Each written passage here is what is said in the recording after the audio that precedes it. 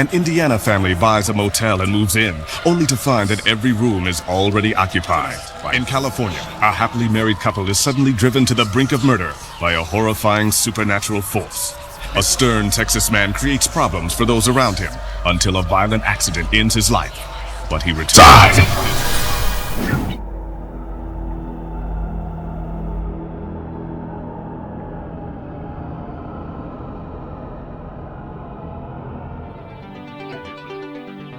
Reaching out from the world that lies beyond, they glide through the portals of our imagination.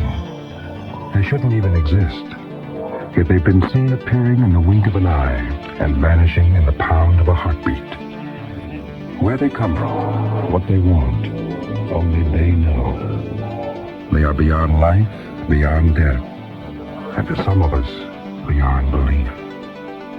But you are about to meet ordinary men and women who claim to have witnessed them, walked with them, even embraced them. Through the ages, many people have reported encounters with the ghosts of family members. Some experience joy at seeing a loved one a few last times. Most simply feel cold, stark terror. When a landlord found tenants for his house for rent in a quiet neighborhood in the San Fernando Valley near Los Angeles, he didn't know one very important thing about his property. It was already occupied. Tenants rarely stayed more than a week. Some left after only one night. They reported seeing shadows and hearing strange noises. Some even said it was haunted. The landlord didn't believe them. He just returned their checks and placed new ads in the paper. After all, the rent was reasonable and the house was beautiful. 3 bedrooms, 2 baths, pool, spa, and a spacious kitchen. The classified ad the Mathesons answered left out the one truly special feature the house had to offer: a relentless evil presence. What did I do to deserve all of this? You bought the patio furniture. Oh, well, what do I get for buying the 4-poster bed? Don't push your luck.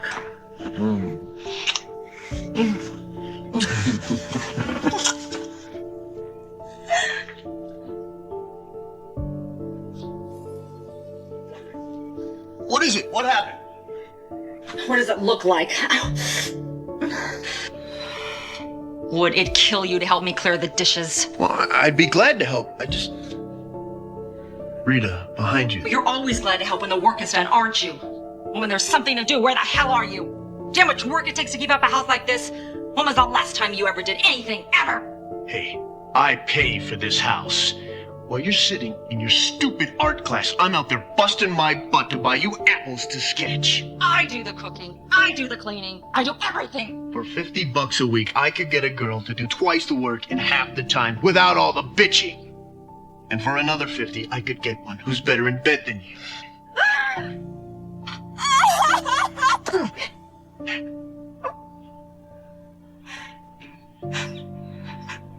I'm sorry. I didn't mean it.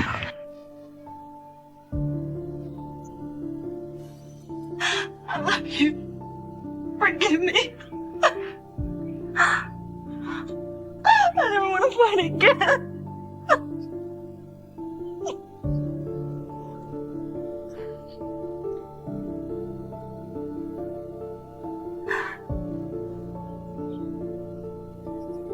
The Mathesons patched things up quickly, but their truce was short-lived. Their whole life changed. Once best friends, they became bitter enemies. Over a period of weeks, their fights became increasingly more violent and irrational. They were out of control and didn't realize it. Their relationship was crumbling, and the once happily married couple was on the verge of divorce.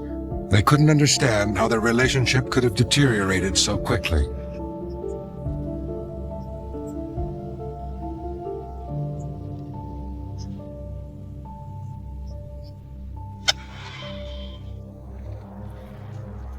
Maybe we weren't meant to live together. Do you believe that? Yeah.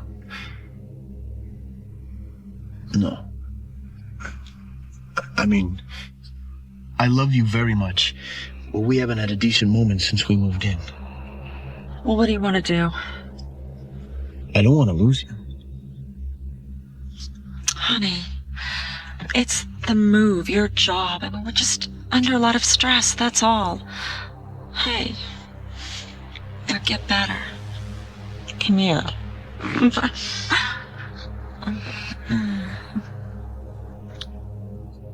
What's wrong?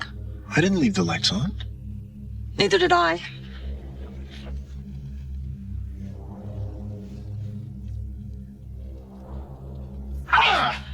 It's red hot.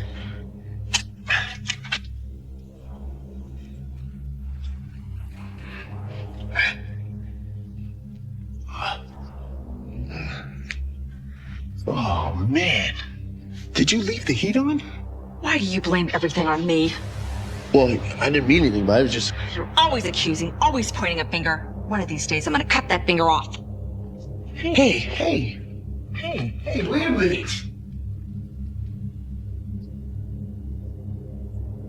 Great. Everything's rotten. Oh. Is this supposed to be funny? My God. Oh, I get it. Rita doesn't work enough around here. I'll just give her something to clean up. Rita, look around you. There's something wrong. I'll say something's wrong.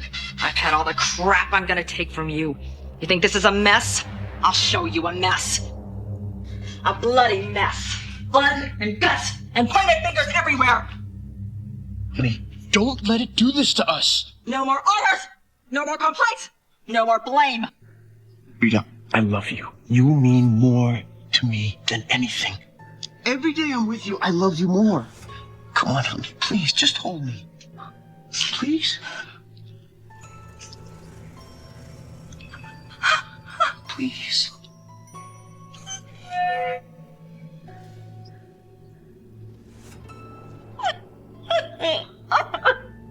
It's the house. It's been the house this whole time. We can't let it beat us.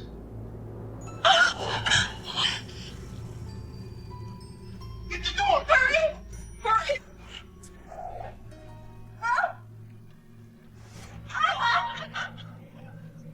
This can't be happening. Gotta get out of here!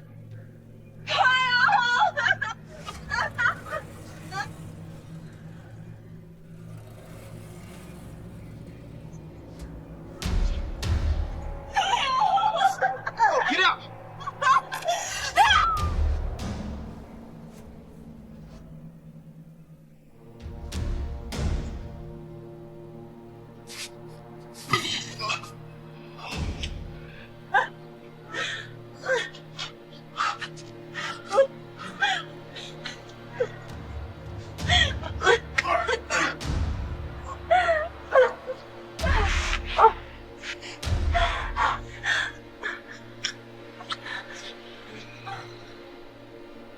Kyle and Rita Matheson went to the hospital and never returned to this house. They are attempting to recover physically and emotionally from their ordeal. Even today, 2 years later, they agree to speak only if their appearance is concealed. I still have a fear that maybe this, whatever this thing was, knows where we are, and they might find us again. I don't know. I still am not certain that that wasn't a personal thing. Even though I keep being reassured that it probably was not, that it had to do with the house. It's still so vivid in my mind. The fear that I felt for myself and my husband was just something that you can't erase. The other things that happened to me in addition to a fractured jaw was my nose was broken, right here. There was a break in my eye socket. There was some damage to the ligaments in my eye, so my eye now kind of hangs a little lower on this side than it does on the other side. It's not very noticeable, but not like my nose. But on this side, my tooth here was cracked down below my gum line down to the root, so they had to, that's all gone now. Desperately trying to understand what had happened, they contacted Christopher Chacon of the Office of Scientific Investigation and Research. Chacon and a team of investigators spent 16 months trying to find out just what had gone on in the Van Nuys house. One of the initial steps in our investigation was to set instrumentation inside the house, again, to try to basically get a baseline, a correlation of normal phenomena and abnormal phenomena in the environment. Chacon and his team found a high level of unusual activity. This is actual footage of his investigation. Now here, this is again an unmanned camera which was static, set up for 72 hours. At the other end as well is another camera with a microwave imaging system. Now if you look off to the right side of the hallway, we pick up a distortion, or commonly a shadow. It's moving down the hallway, and there it is now crossing farther down the hallway. It's moving downward, and as it enters the threshold of the door, we suddenly see the door in the back. It is responding to movement. Now the unusual thing is we also are monitoring basically the general environment of the house. There are no brushes of air. There is no doors, windows open. All the door jambs are level and even. These doors would not be swinging normally. And the equipment is again beginning to monitor more as both of these doors move. Okay, now at this point we have an unmanned static camera, night vision. Nobody is in the house for another 72-hour period. As we pick up the movement, as you see the roll of tape going across the floor, and then the case and the helmet movement as well. What's going to take place is basically some of the most remarkable footage that we've documented during the first beginning of this investigation. As you can see in a moment, doors and drawers, cabinets are moving. Our other instrumentation did pick up fluctuations taking place in the environment, background radiation fluctuations, electrostatic fields. In a moment, the vibration that's taking place, or the phenomena, we should say, is moving across the kitchen toward the camera. Now it's affecting the camera. We speculate on that because what you're seeing is an effect on the magnetic tape itself. And the fluctuations are continuing. After this was over, when we found the camera, it was severely damaged. We couldn't walk by each other without feeling this extreme anger toward one another, and there really might not have been anything specific that happened.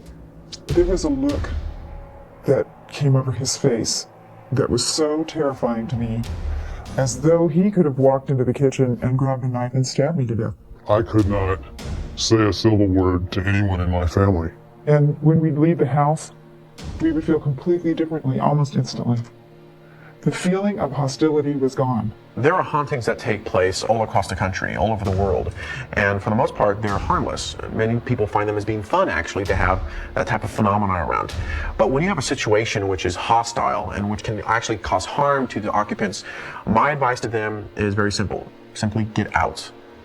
If the spirits are angry and don't want you in that home, there isn't anything you're going to be able to do. There's nothing like someone going through an experience with you to make you close with that person.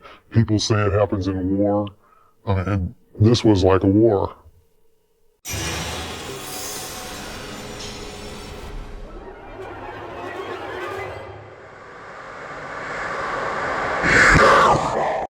When Doretta and Ron Johnson found the motel in Madison, Indiana, they knew it was the perfect place to raise their kids, Stephen and Ashley, and to finally open the daycare center they always wanted. The old motel was going to be their dream house. It turned out to be their worst nightmare. How come you can't admit that this place is absolutely perfect, Ron? Because it's $64,000. Why are we even looking at it, Doretta? The real estate market is real bad right now. Not that bad. Look, I just don't want to get too excited over something I know we'll never be able to afford. I get the pink room. If you give me one of the bungalows for my bedroom, it's never hear my stereo. That would be worth whatever it costs. Our absolute limit is $25,000.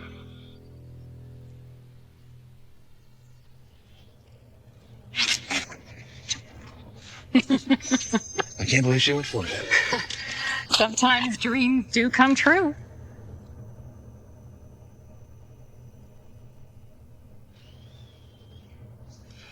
Ashley, what's wrong? Honey, are you okay? He's hurting her. No, no, it's just a bad dream. I heard him hurting her. I know, it's okay, it's okay. It's just the house settling. Yeah, it's kind of like it's saying hello. Okay? Okay. It's okay. Why don't you lie down here and try to get some sleep, okay? Yeah, rest here. See you tomorrow morning.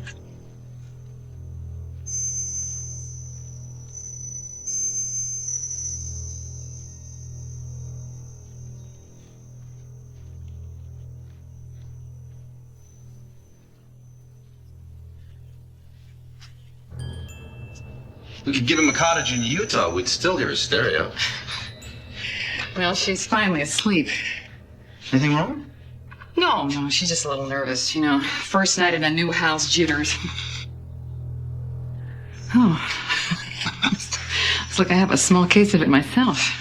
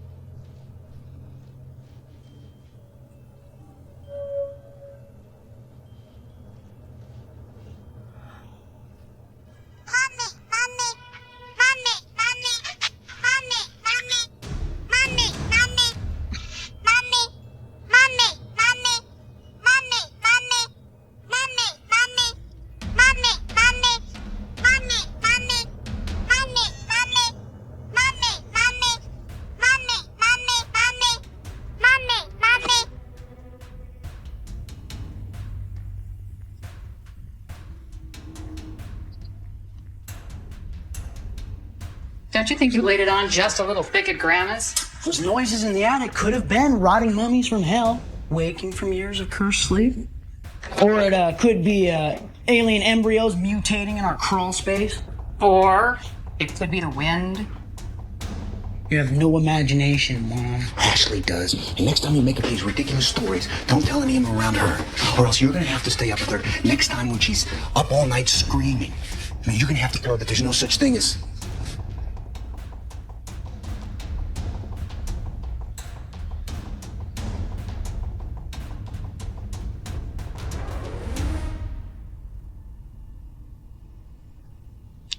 You were saying, Dad? Don't make too much of this. Some birds flew in, hit the walls, that's all. Yeah. That's what they said in the birds. You know what happened to them. That's enough, Steve. Ron, take Ashley up to bed. Steve and I will, start cleaning up.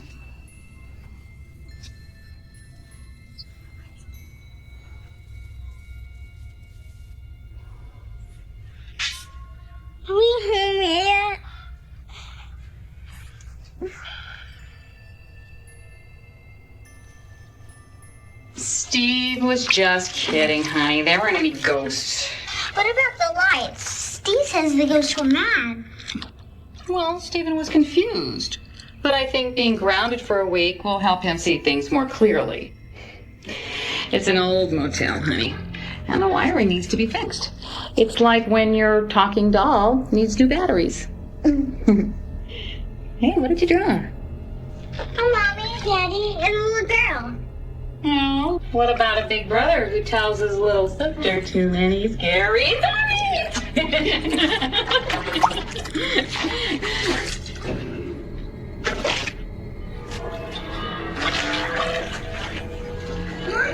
Oh my God!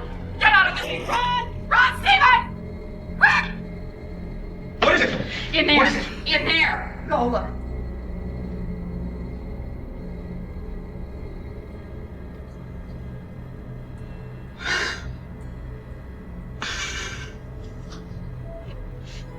What's wrong, Mommy?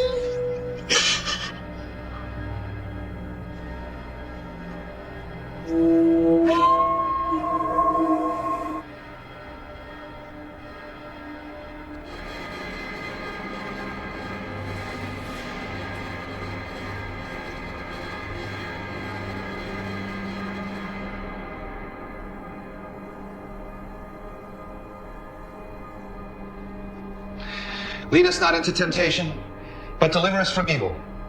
For thine is the kingdom, and the power, and the glory, forever and ever. Amen. I can feel the evil here. It's like a chill in the air. It is a chill in the air. Thermostat's busting. Stephen. Unfortunately, this is all I can do. The rest is up to you. We appreciate it, Father. If I were you, I would check out the history of this house, but that's not all I would do. Another blessing? I would get the hell out.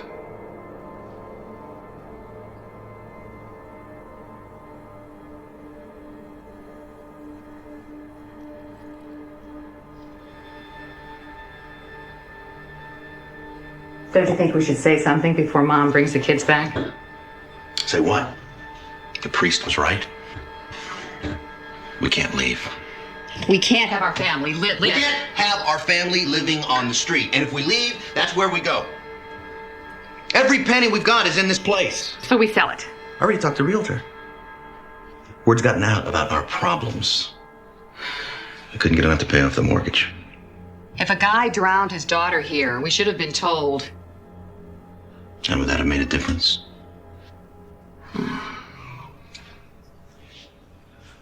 I feel like a failure. Oh, come on, honey. It's not your fault. Here, I thought I was this brilliant negotiator. Now I find out I'm just another sucker.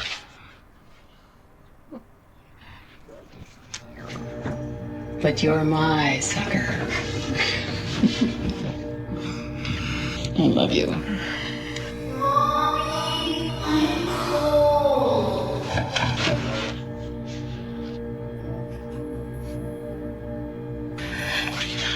You crazy? No, it's just a little girl. She's scared. Let her join the club. Maybe if we help her, she'll leave us alone. Jeez.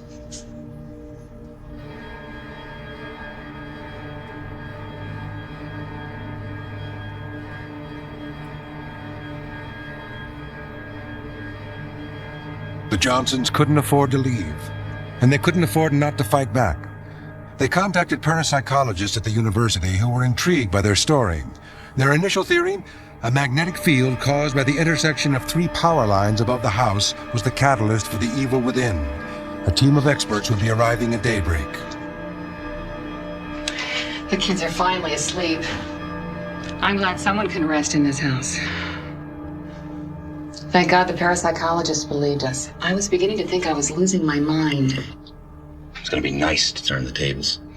Let's just see how that thing in this house likes being scared for a Doretta.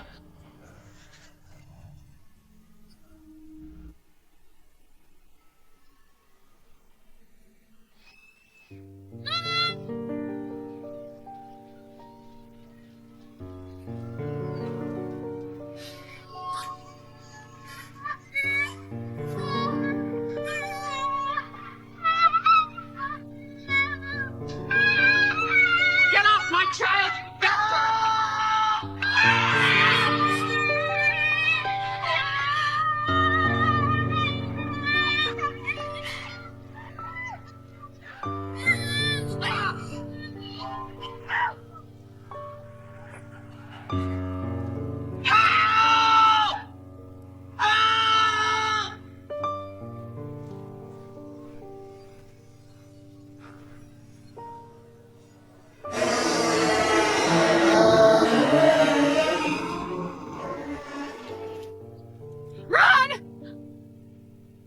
Ron! Stephen! Oh my God. Oh, let them have their damn house. We're never going back. Oh my God.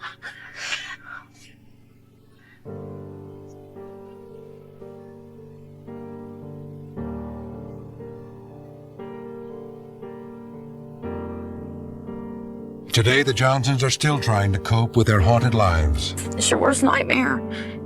There's nothing that can hurt a mother worse than to see her children bitten and hit. And, you know, they look to you and they scream, help me, and there's nothing you can do. I got really mad and I screamed out and I just said, bite me, not her. And I just threw myself on top of her and was screaming for it to stop. And I could feel my arms, I had my arms on top of hers.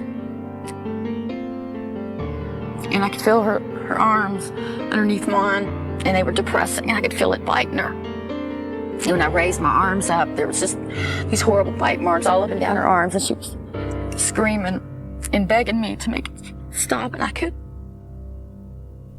There's no way I could make it stop. It's one thing when I've got somebody I can actually see standing in front of me, I can fight. But when you can't see nothing, but you see indentions or bite marks and whelps and bruises all over your children, you know, and you see them being put there, but there's nothing there. You know, it's like, what do you do? The attacks on the family continued. I'd wake up with bruises, and Mom and Dad thought that somebody was beating me. I'd find bruises on my back, on my shoulders, on my chest, pretty much almost everywhere.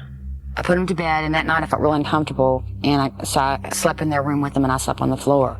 And when I woke the next morning, Ashley was standing over top of me, and she was straddled up my neck, and she had this huge butcher knife and had it shoved into my mouth. And when the blade of the knife had caught, I had metal braces on my teeth, and it had burrowed into the brace in my mouth, and it had stopped it. And what was the most strange thing about it was when I looked up at her, her eyes were wide open, and she had both little hands wrapped around the handle of this knife, shoving it. I mean, you could feel the force pushing on it into my throat. And when I reached up and pulled it away from her like that, I mean, it was just the strangest look on her face. It was as if she had been asleep and just been woke up, and she started screaming and crying. When the Johnsons moved, they thought they were safe, but they were followed. So we packed everything up and moved totally, probably about 100 miles away. And when we first got there, things were back to normal. But we were there probably 3 weeks, maybe a month, and things started happening at the house again. It was there. One of them were there. Other people saw it tearing my apartment up. Ashley almost died in a weird hanging. I mean, it couldn't be explained. You couldn't run. You couldn't get away. The Johnsons finally stopped running. They moved back to the house. They intend to fight and win. People kept saying, well, how can you go back? There was no other choice. I had to go back to see if I can find the answers to stop the violence, to stop, the anger, whatever's making it attach itself to us and follow us. It's like a standoff. I'm here, and it's there. And at some point, we've got to figure out how to handle the situation between us and it.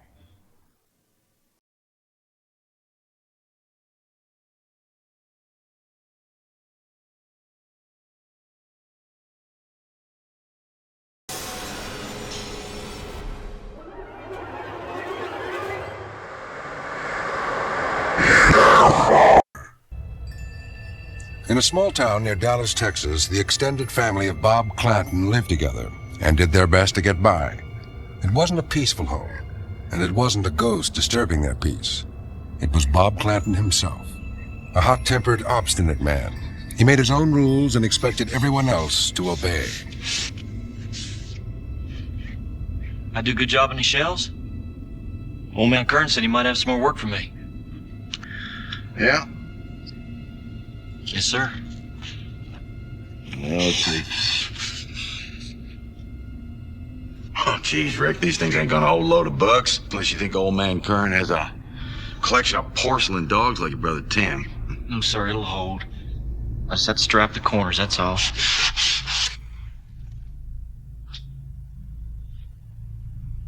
You're doing this for your own good, Ricky. You build them right, you get more work. You didn't have to do that. You know something? You build your shelves any way you damn feel like. I'm going down the road, going to get a couple of beers. You can tell your mom. Tell her I had to go to the plant early. Unless you want to come too. You tell your wife we had to go get some supplies. Yeah, I didn't think so. Hey, Dad. Hey, little buddy. Come here, you. How you doing, huh? Hey, you just wanted to come out and see what you two were up to. Now, whoa! Now, he can go play in the barn, but I don't want him in this workshop. You know, he gets into everything. Come on, Dad. He's just a little kid. Ricky, you do what I tell you.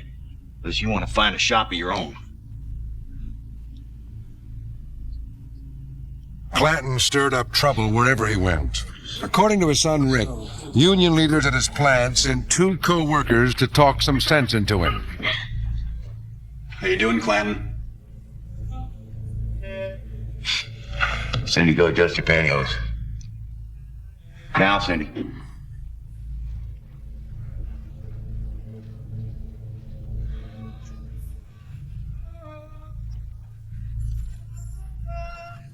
You've been putting your nose where it don't belong, Clanton. Me and the others, we ain't too happy about that. Ask me if I care.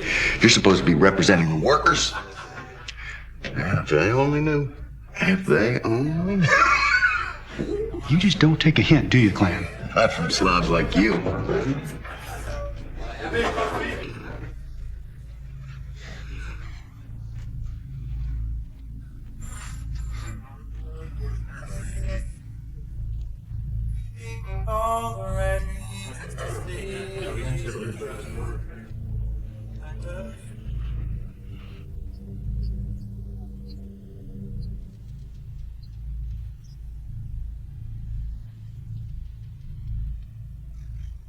On April 3rd, 1989, Bob Clanton was riding home from work, taking his usual route.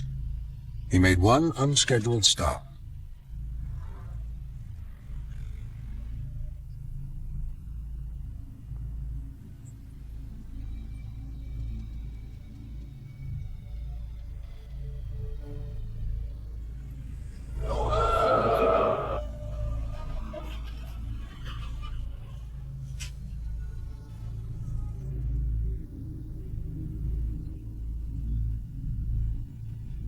The family soon discovered how difficult it would be to put Bob Clanton to rest.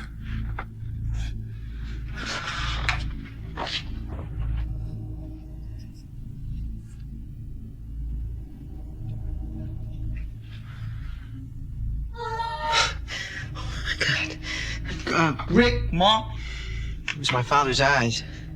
We tried to close them, but they kept opening on their own. Close them? There was nothing we could do about it.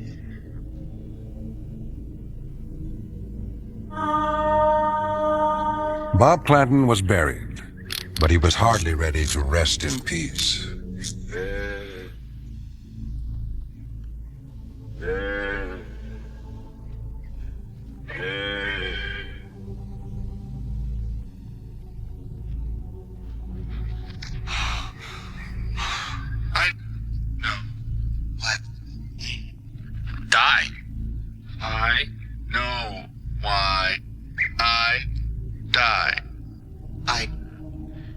Tim? Tim, is that you fooling around? I know why I died. I know. Who is that? What do you want? Die. I know why I know why I died. You ain't supposed to be. I know why I died.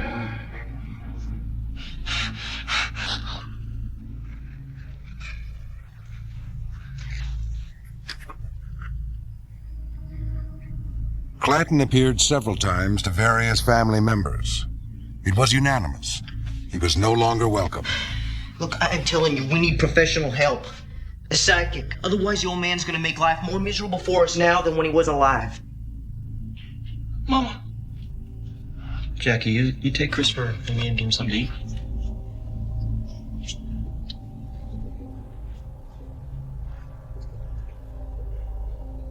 A psychic, Tim? Come on, it's not quite that simple. He wants something from us. Like what? I don't know. He keeps talking about his dying and all. Maybe he wants us to look into it. Them fellas at work, they were always making threats and all. This is unbelievable. You know, even when he's dead, you are still trying to please him. So what if I am? He doesn't deserve it, Rick. Our father was awful to us. Maybe that's the only way we can get him to move on.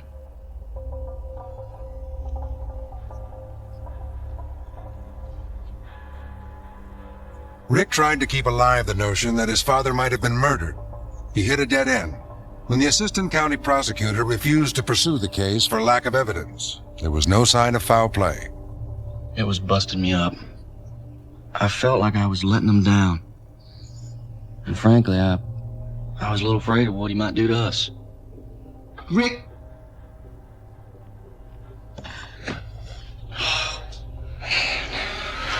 My God. Sorry. We've had trouble with the pipes before. He's just trying to make it worse to scare us, that's all. Hey, what's working? We need help, Rick. Now, I said no. This is our problem. I'm not about to bring in some outsider that's just gonna sit around and talk small talk with him. Man, you are just as stubborn as he was. He's here to torment us, don't you see that? Yeah.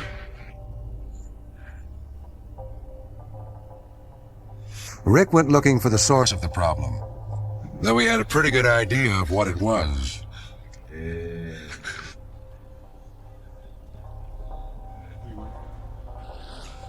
No.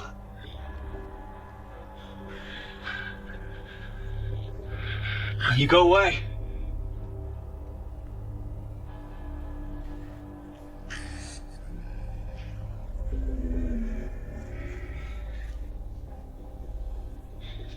Dad, you leave us alone. Please.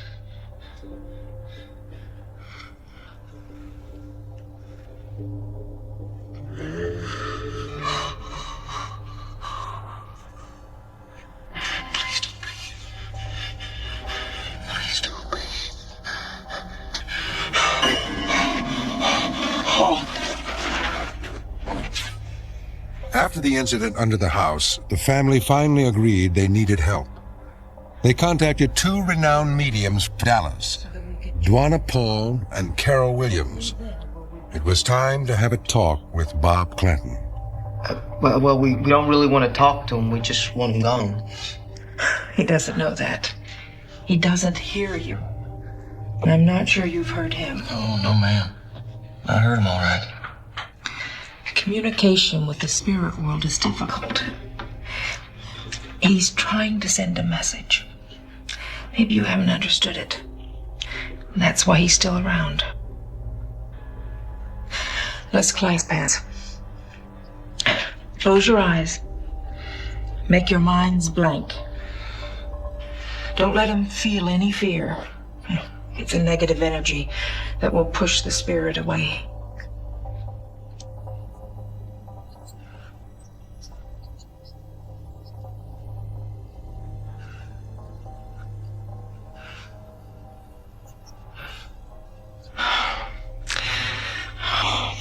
I feel something.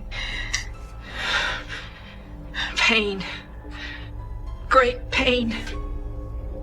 Oh, no. Oh. I know why I died. What do you want? Rick, I know why I died. We gotta do something. No. The pain is his. All the pain he brought on people in his life. It's come back to him. I know why I died. Oh. He blames us. I know why I died. All the pain. All the pain. I'm sorry. I'm sorry. I appreciate it.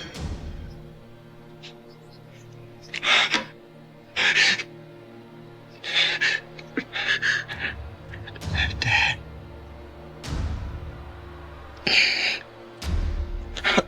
I love you.